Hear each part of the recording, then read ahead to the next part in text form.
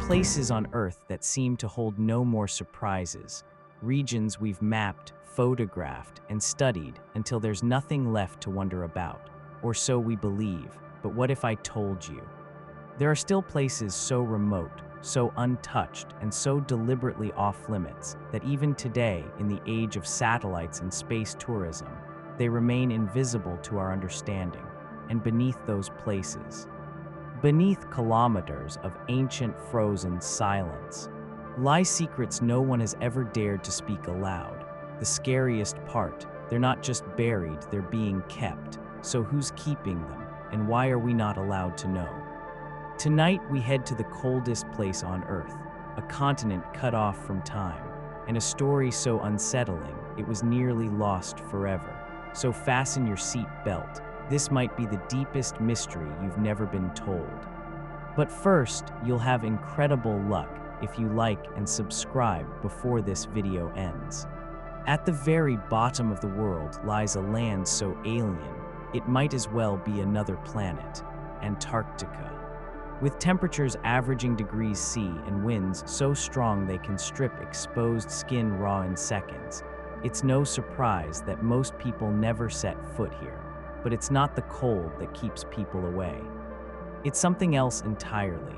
You see, unlike other remote regions, places that explorers eventually conquered or scientists moved into, Antarctica has always remained out of reach. Not because we can't go there, but because we are not meant to know what's underneath. Before 1909, much of the world didn't even know Antarctica existed. Then came Ernest Shackleton's expedition, the first to walk its endless white horizon, and for the first time, humankind realized that the Earth still held a secret this vast, this untouched. Since then, Antarctica has been described as a pristine wilderness, a natural lab where scientists study glaciers, climate change, and ancient fossils. But what if that's only a cover story?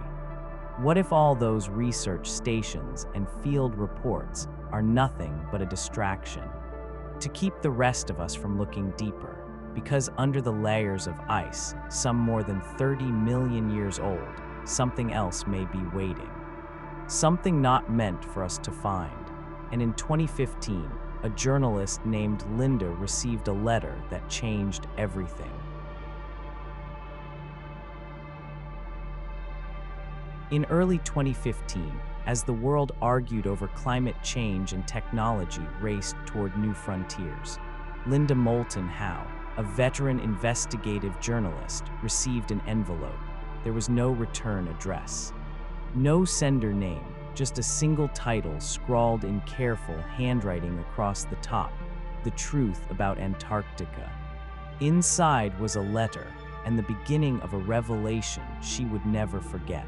The writer claimed to be a former pilot, someone who had served in both the United States Air Force and Navy, a man who had spent years stationed in Antarctica, flying missions across its brutal, frozen expanse. And in that time, he said, he had seen something that no one would believe unless they saw it for themselves. The pilot's name was Brian, and his story wasn't just another anonymous conspiracy. It came with evidence, photographs, records, even a military service medal. He wasn't seeking fame. He just wanted the truth to be known. Brian described a mission from September 1995. It had started like any routine emergency flight. An engineer at McMurdo Station had suffered a severe accident and needed surgery fast. But there was a problem. McMurdo didn't have the medical equipment, and the only available transport to Davis Station was Brian's aircraft. There was no time to request clearance, no time to follow protocols. To save the man's life, Brian and his crew made a decision that would haunt them forever. They flew directly through a restricted no-fly zone, a military area that every pilot had been warned to avoid at all costs. At first, everything seemed normal, but then the aircraft's navigation system began to glitch. Not the usual interference, something far stranger: electromagnetic pulses, shifting coordinates.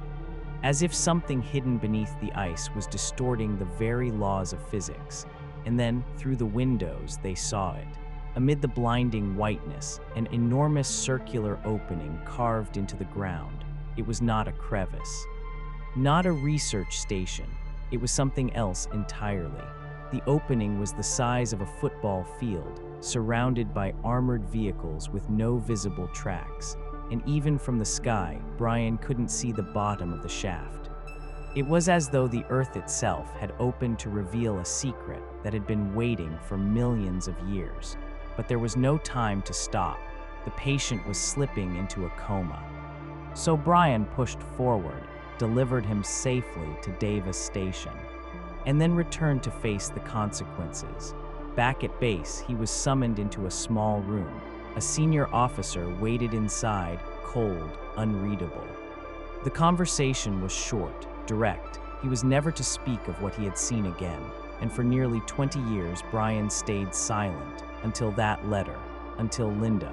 With it, he included a crew photo from that day. Brian stood in the front row, sunglasses on, unsmiling. The image didn't say much on its own. But to Linda, it was a whisper from the edge of the world, a sign that something far bigger had been uncovered and quickly buried. And Brian wasn't the only one.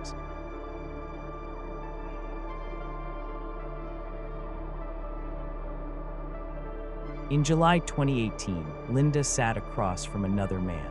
This time, the conversation was remote, his face hidden, his voice altered. He called himself Sparta 1, a former Navy serviceman. A name not listed in any official database, but what he revealed was so disturbing. Linda stopped taking notes halfway through, not because she didn't believe him, but because the truth was too much to process. According to Sparta 1, everything Brian saw was just the surface. Back in 2003, an American spy satellite had picked up something strange while scanning the southern polar regions. Its mission was simple: detect nuclear anomalies or dangerous tectonic activity. But what it found instead was a massive artificial structure buried nearly 3 kilometers beneath the ice, octagonal in shape.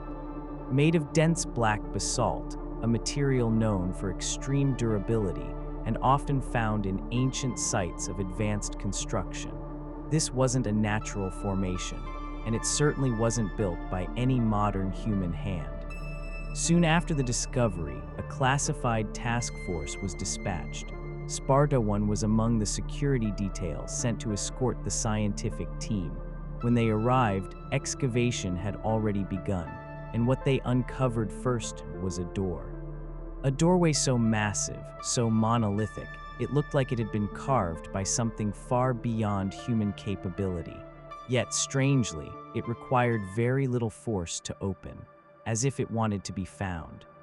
Behind it, a corridor descended directly into the earth, but here's where things defied logic. Outside, the air temperature was degrees C. Inside, it was warm, unnaturally warm. The walls glowed with a bluish light, soft and steady. No visible wiring, no bulbs, just illumination, as if the structure itself was alive. No one spoke, not because they weren't allowed to, but because every part of their being told them, this place is not supposed to exist. The hallway led to another door, this one mechanical. It slid silently into the ceiling, revealing something that made grown men hold their breath. A chamber, vast, silent, cold. Its size was beyond measurement. It stretched into darkness in every direction, and at its center stood rows upon rows of transparent cylindrical tanks, each glowing faintly, each filled with something. At first glance, they appeared human, but only just. Suspended in fluid, these forms had elongated limbs, soft gray skin, and facial features that didn't quite match any known species. They weren't aliens. But they weren't entirely human either. The scientists with Sparta 1 didn't speculate, they whispered. One of them said something Sparta would never forget. These are hybrids, designed, not born. Part extraterrestrial. part ancient human, preserved perfectly in suspended animation, and according to the classified briefing that followed. These beings weren't just relics, they were planned to be a backup for the future. A failsafe species to inherit the Earth if humanity failed.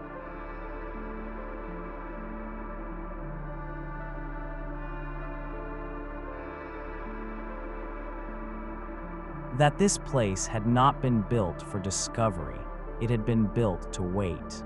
Sparta 1 remembered how one of the lead scientists murmured under his breath, "This is not an archive, this is a seed vault for life." According to the internal documents Sparta later glimpsed, the entire facility had one purpose: to preserve a hybrid species, engineered not from curiosity but necessity. These beings were not invaders, they were not ancient prisoners, they were a biological contingency plan. In the event that Earth could no longer sustain human civilization, whether due to climate collapse, nuclear war, or ecological breakdown, this hidden base would serve as the ignition point for a new beginning, a reset, but not for us. For them, their genetics were part human, likely extracted from ancient ancestors long extinct. But the rest came from elsewhere.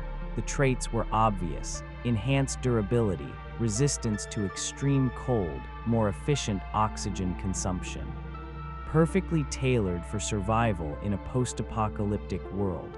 Sparta said the team was explicitly instructed not to photograph anything, not to collect samples, not to speak to the press. This was not a scientific mission. It was a confirmation, because the truth was, this base wasn't a recent discovery. It had been known about since the 1950s. What Sparta 1's team uncovered was merely the surface level of a much older project, one whose origins predated even recorded history.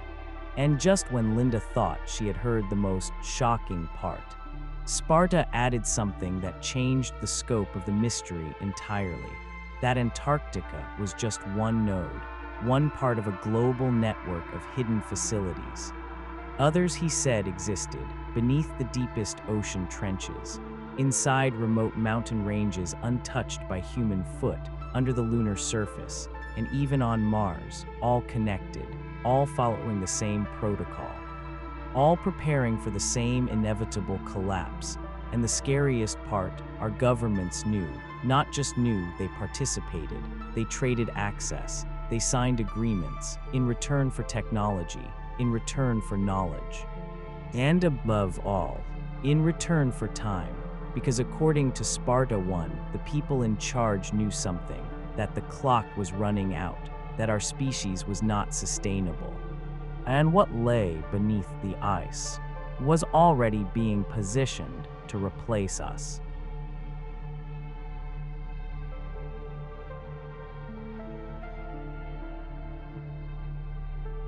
Sparta 1 leaned closer to the screen. Even through his scrambled voice and shadowed face, Linda could feel the weight of what he was about to say. According to him, the underground base wasn't an isolated anomaly. It was part of a larger pact, a bargain made not with any one nation, but between humanity's hidden governments and non-human intelligences. The terms were chilling. In exchange for advanced technologies, propulsion systems, materials science, energy manipulation, humans would allow them limited access to genetics, to ecosystems, to behavioral observation. We weren't just being watched. We were being studied, adjusted, and the place where many of these interactions occurred, where the earliest negotiations had taken place, Antarctica. It had always been Antarctica. Sparta explained that shortly after World War II, in the wake of Hiroshima and Nagasaki, world powers realized that they had entered a new era, not just of weaponry, but of cosmic attention. The detonation of the first atomic bomb, he said, sent more than a shockwave through physics. It sent a signal, and in 1947, just 2 years later, the U.S. launched Operation Highjump, officially a geological and military exercise, but in truth, a covert expedition to investigate unidentified forces beneath the ice. What they found, Sparta claimed, was enough to shift global policy forever. From that moment on, Antarctica became off-limits not for safety, but for secrecy. He spoke of repeated code words found in redacted briefings. Phase Transition Protocol, a phrase that meant this: when humanity reaches a point where it can no longer govern the planet responsibly, when it crosses the threshold into irreversible environmental or social collapse, then the system would trigger. The backup being stored in Antarctica would awaken, not in violence, but as heirs, caretakers of a wounded Earth. Linda, still trying to ground the conversation in something tangible, asked a question that lingered in the room like fog. Who made that decision? Who gave the authority to hand over the future of humanity? Sparta was silent for a long time. Then he said, almost in a whisper, "Not us, and not them either. The ones who made that choice left this place a very long time ago." He didn't explain further, and maybe he didn't need to, because if what he said was true, then the true architects of our world, land of our future, aren't here anymore.